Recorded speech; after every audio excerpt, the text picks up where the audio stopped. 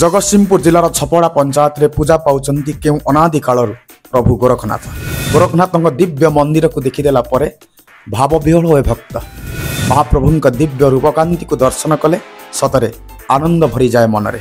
विरल बटवृक्ष समस्तंग पई आनंद भरी दिए आ भक्त मानसिक करिथाए मनस्कामना पूर्ण करिबा पई बटवृक्ष रे डोरी बांधी थाए और डोरी बांधी देला परे भक्तर मनोवांछा पूर्ण हुए बोली विश्वास रहे। आसंतु गोरखनाथ क्षेत्र महिमा विषय रे गोरखनाथ कहानी विषय शुणा गोरखनाथ पूजकों ठार।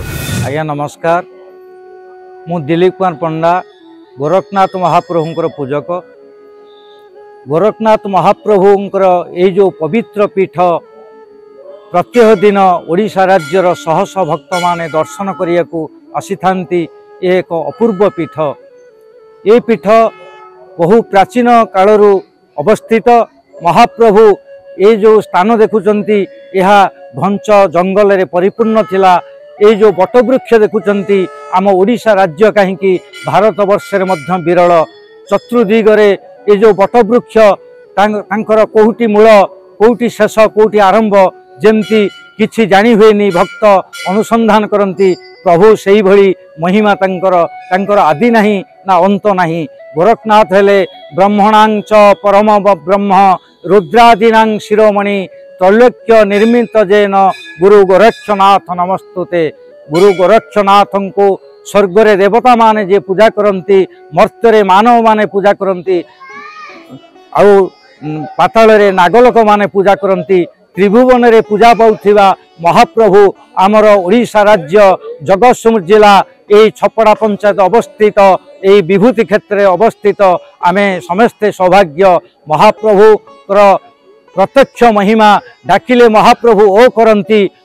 जेकोसी विषधर सर्प दंशन करू यही स्थान को नहीं आसिले महाप्रभु पीठ रे जो अखंड धुनी जलुची से अखंड धुनी रु अव्यर्थ महौषधि बाहरे से विभूति की पूजक माने से दंताघात रोगी की सेवन करी एवं क्षतस्थान मारी थांती।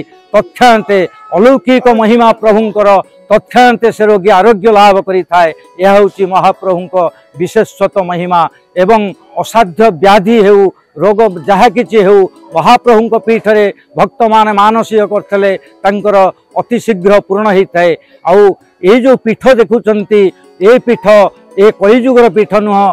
त्रेता जुगरे परशुराम महाप्रभु को यही जंगल मध्य माने तपस्या करी महाप्रभु को आशीर्वाद पाइथिले।